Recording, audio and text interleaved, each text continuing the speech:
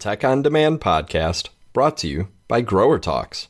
Audio Files, episode 46. Terrific trade show prep and follow-up from the March 2024 issue of GROWERTALKS magazine. Written by Katie ELZER-PETERS. Narrated by Bill CALKINS. Terrific trade show prep and follow-up. Attending trade shows costs a lot of coin. Whether you pay for a booth, ship plants and fixtures out to the show, cover hotel rooms and meals for staff, or you send staff and pay for meals and hotel rooms and transportation, at a minimum you're spending $1,000. But your outlay might be closer to $50,000 with a booth. Are you getting as much out of the shows as you could be? Pre-show prep. I actually enjoy this part because it gets me revved up for the event. The two main parts of pre-show prep are the marketing asset review and run-of-show agenda. We're going to divide run-of-show planning into three focus areas: existing customers, potential customers and colleagues, and exploration for new initiatives. Marketing asset review. That sounds dreadful, but it's not. Here's a checklist of what to review and update before shows. Website. Make sure it has the current year as copyright in the subfooter so it looks like you're still in business. Review your contact page. Is the info still correct? Do you need to add any people? Check your online ordering and/or catalog offerings. Is the new year's catalog PDF uploaded? Are your order sheets updated? If there's pricing, is it current? Are cutoff dates updated to the new year? Finally, is it easy to see where to sign up for current availability or email newsletters? Social media. Have you created and posted simple graphics with the trade show logo, your logo, and your booth number on it? Or if you don't have a booth, have you posted a graphic with some info about the days you'll be there? Business cards. People still use these. Get a fresh, updated stack and leave room on one side for notes. Pack a Sharpie so it's easy to write on all cards, matte or glossy. Pack a few Sharpies and hand them out. You'll be everyone's new best friend. Email marketing program. 3 words. Don't ignore this. Email is so powerful for growing your business immediately and over time. I've ended up with clients that met me at a trade show once and stayed on my email list for 4 years before they picked up the phone to schedule a meeting. Before the show, send an email with info about where you'll be and what you'll be doing at the show. Booth, number, no booth, requesting a meeting, etc. Create a landing page for new potential customers to opt in to email at the show, and then create a follow-up automation for the people that opted in with a 3-email sequence to lead them to make a purchase. Update their profile with more info so you can send more targeted messages and/or orient them to all of the services you offer. Print out a sign with a QR code that goes to this landing page and have it at your booth. Print a small version on cardstock to carry with you. Heck, tape it to the back of your badge so you can sign people up on the fly at the show. You can also have a tablet on hand for people to sign up. Create a post-show email campaign for existing customers. Before the show, create the shell so all you have to do is pop in some pictures and a short recap.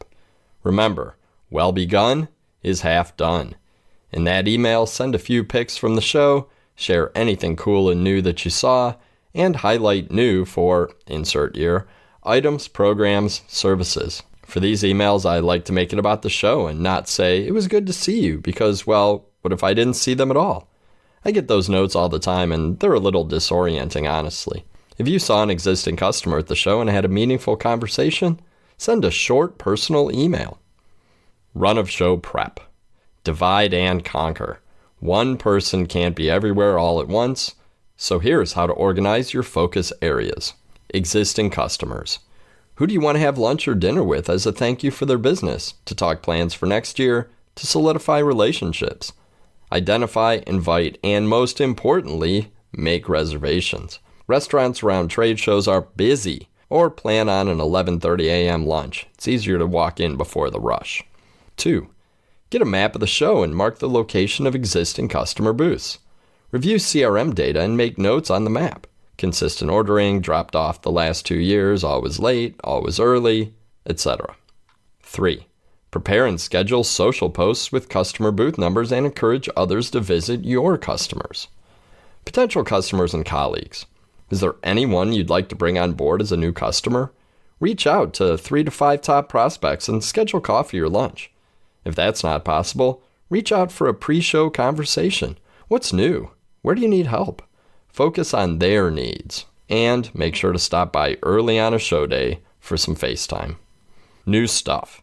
You can't go to a trade show and miss new stuff. There are 2 schools of thought on this. One is look at all the new products, period. The other is to choose a focus area related to what you're doing and identify places related to that. Whichever you want, mark it on the map. It's showtime! Here's the order in which I'd cross the floor to make the most of showtime.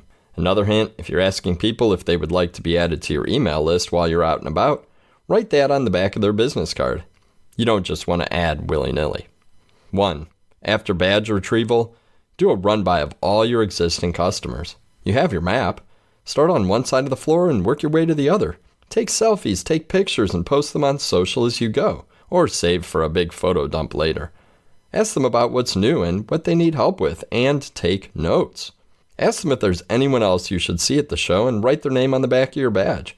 That way you can find it. This might take you an hour, or it might take 6. 2. Break for any planned lunches or dinners. 3. Start on potential customers. Before trekking back across the show floor, get out your map and find the people your existing customers recommended you meet and add them. Make a note of who said to add them so you have an in when you get there. For serious new potentials, visit in the first hour or 2 of the second day when everyone's fresh. Take pictures and jot a few notes about what you learn. 4. Hit up the exciting and new. Save this for late afternoon, 3 to 5 p.m. on show days. Everyone's getting a little tired and slowing down, so there's less pressure and potentially fewer crowds in booths. 5. Attend any happy hours you've been invited to. Making reservations for a 7 p.m. or later dinner will let everyone drop in where they need to and then reconvene for a sit-down dinner. 6. At least nightly, share photos on social media. It'll give the people you visited a happy feeling. Post-show follow-up. This should be easy peasy if you did your pre-show planning. Here's your post-show checklist. Add new emails to your list. Tag or identify new leads from the trade show so you can track where they came from. Update and send your post-show email campaign. Add a few trade show pictures and a little write-up. Be strategic. Include some of your best customers and a few of those you want to snag. Show a few new items you saw and include a picture of you and or your team. People like pictures of people. Repurpose your post-show email as a blog post and social media posts. Psst, you can use ChatGPT to recombine your content for repurposing it. Send personal emails to schedule follow-up meetings and phone calls. As you can tell, the real key to success is to plan well before you go and then execute your plan the best you can. Hit up existing customers first, then visit potential customers, then look at new and exciting. Unless it's 3 p.m., then it's time to have fun. The end. We hope you enjoyed this episode of Audio Files from the Tech On Demand podcast, brought to you by Grower Talks. Please take a minute to leave us a positive review. It'll help us reach more greenhouse professionals.